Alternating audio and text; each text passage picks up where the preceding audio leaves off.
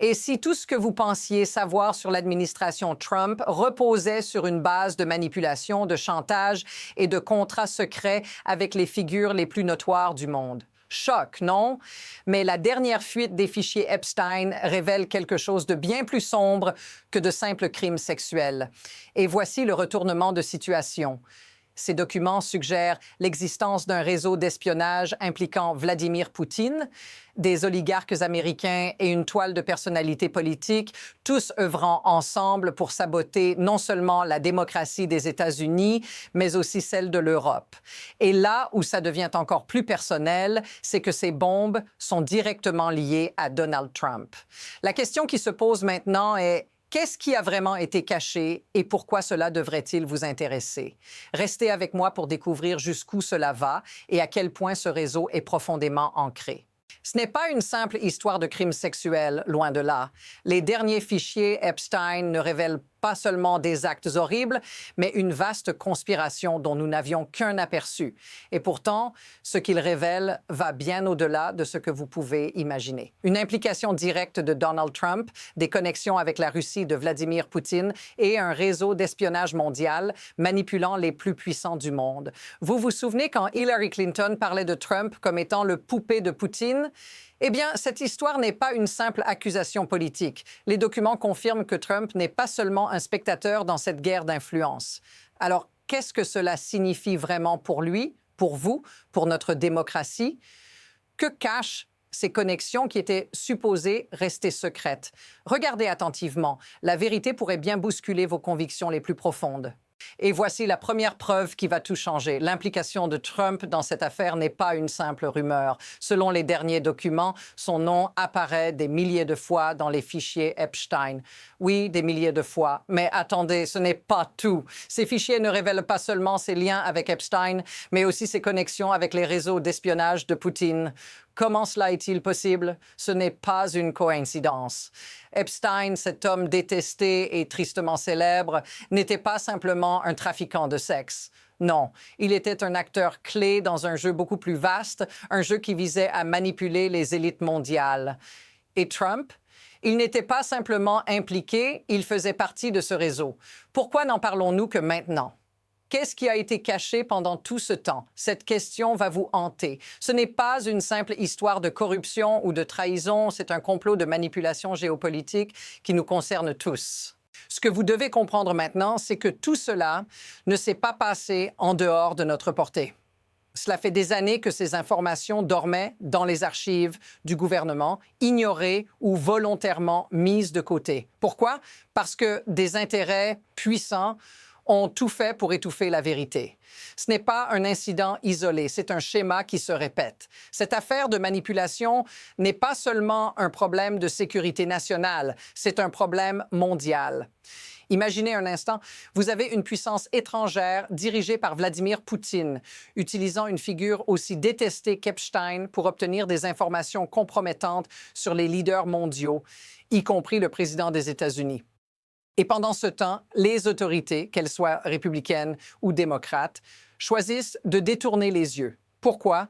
Parce qu'ils savaient exactement à qui ils avaient affaire. Cette situation ne fait qu'empirer et personne ne veut s'attaquer aux véritables responsables. Mais attendez, ce n'est même pas le pire.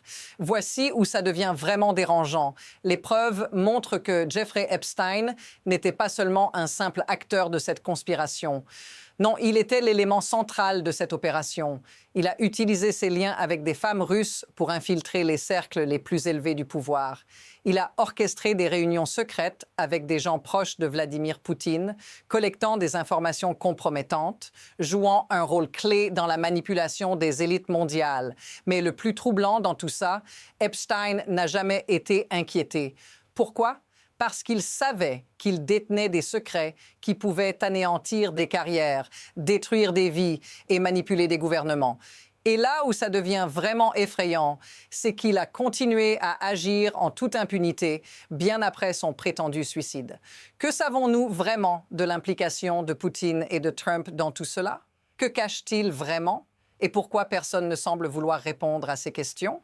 Et c'est là que les choses prennent une tournure alarmante. Tout cela n'a pas seulement des implications sur Trump. Ce qui se passe derrière les portes closes dépasse tout ce que l'on pourrait imaginer.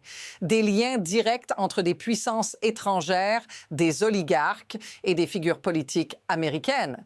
Ce n'est pas un accident que Vladimir Poutine, un homme déjà accusé de vouloir déstabiliser les démocraties mondiales, soit mentionné encore et encore dans ces documents. Ce n'est pas une coïncidence si des personnes comme Donald Trump, Steve Bannon et Peter Thiel se retrouvent au centre de ce réseau d'espionnage. Les preuves sont là. Et elles montrent une chose claire. Ces gens n'agissent pas dans l'intérêt de leur propre pays.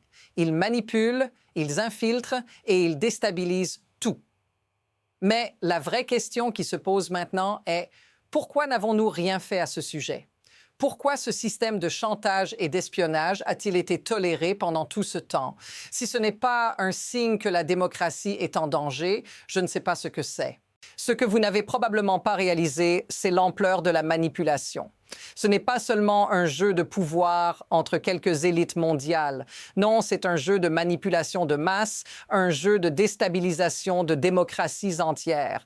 Epstein n'était pas seulement un facilitateur, il était un pion dans un réseau mondial, un réseau qui a pour objectif de créer le chaos.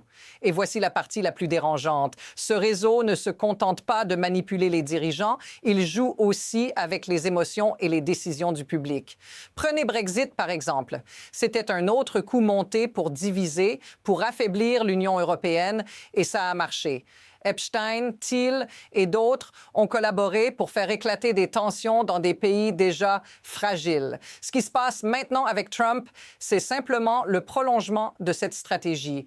Que va-t-il se passer si ce système de manipulation continue à se propager? Si les élites continuent à jouer avec nos vies, que reste-t-il de notre démocratie? Alors, que se passe-t-il si tout cela continue? Ce n'est pas seulement une question de scandale politique, mais une question de survie pour notre société. Le problème, c'est que ces élites ont réussi à manipuler le système de l'intérieur et maintenant, la question n'est plus de savoir si elles vont être tenues responsables. La question est, qu'est-ce qui va se passer si elles continuent d'agir en toute impunité?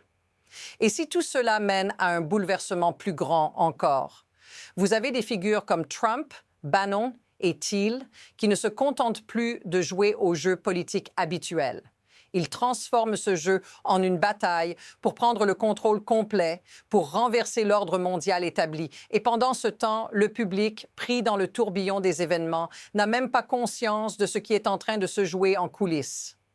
Les divisions grandissent, la méfiance se creuse.